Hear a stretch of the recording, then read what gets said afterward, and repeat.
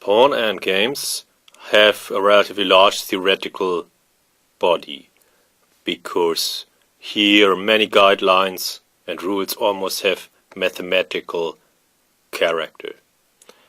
And I think that you should study pawn endings and those concepts in detail, because once you have understood and remembered them, you will be able to use them and you will never forget them.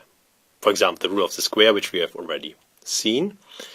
Now, the concept of opposition. Okay, therefore a slightly larger body has to be introduced. First, a key square. If the attacking king reaches a key square, then he is always winning.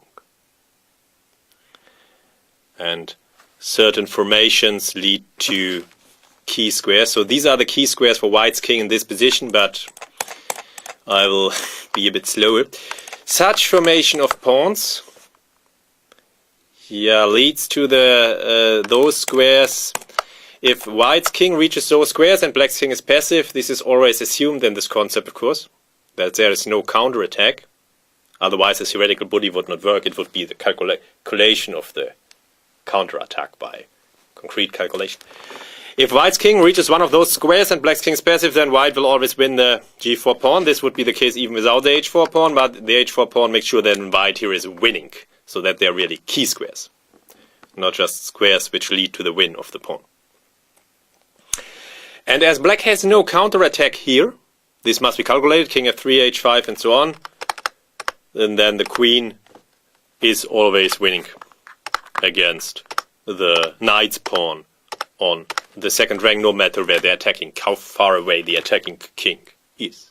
So there is no counterattack here. It's a completely static position. This is also very important for this whole body of theory of fight of the kings, that there are no pawn moves, no counterattacks, no races, but it's a principal static position and only a fight of the kings for reaching the key squares or defending them. And then the opposition is the most important weapon in the fight for three adjacent key squares. And so here it goes, from black's point of view, it could also be treated like this, and then black defends those squares, and then he is fine, of course. Yeah, this is a simplification, but I can do it here, as we are black to move and to defend, and we can defend those squares. All those squares are in the square of the protected pass pawn. This is very important. Everything inside. So this is a draw, and black draws by always taking the appropriate form of opposition. Okay, but what is opposition? Okay, if all corners of the rectangle around the kings have the same color, then it is an opposition, and the side which is not to move has the opposition. This sounds a bit clumsy, complicated, long, and so on, but really believe me, it's easy. Once you see it, it's completely easy. This is an opposition, because the rectangle has four corners, all of them are dark squares, and so it's opposition. And black has the opposition as white is to move. So, okay, now this also is opposition, but here the rectangle has only two corners. And if it's on the same rank of file, then the rectangle has only two corners, but okay. Nevertheless, it's opposition if the kings are on squares of the same color. Here, both kings on light squares. And here, king e4, king b4, king d4 is also opposition. This is the normal opposition. This is the distant opposition. This is the virtual opposition. This is the diagonal opposition. And black draws this formation by always taking the appropriate form of opposition. And I think you should make sure that you understand really the concept of key squares and of the fight for the key squares, which most often is guided by the theory of opposition.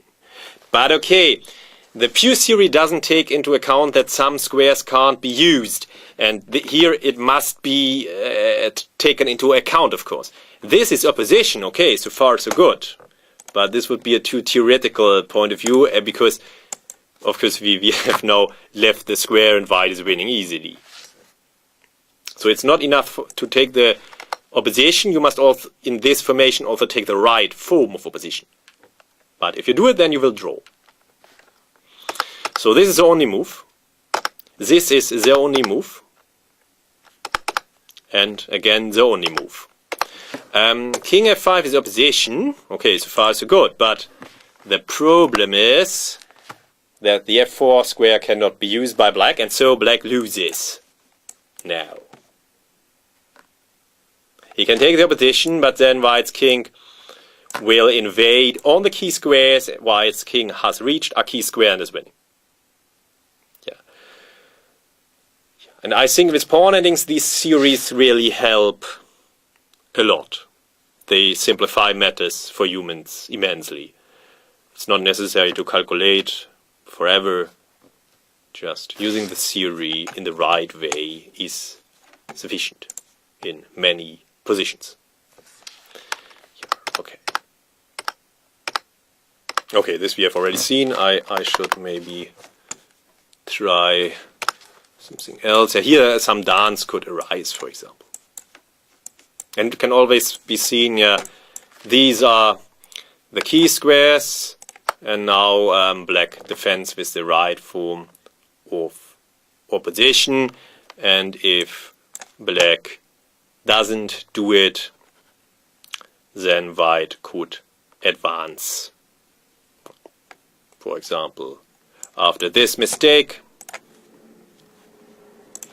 white could take the opposition on the main file leading through the middle of the three key squares, and next can invade by outflanking. But this will be, I will show it in more detail in the next example, which is more suited for the business. But in principle, this is the way the theory works. Another example, typical formation from Podking-Rishuk, FIDE World Cup 2011. Black wins.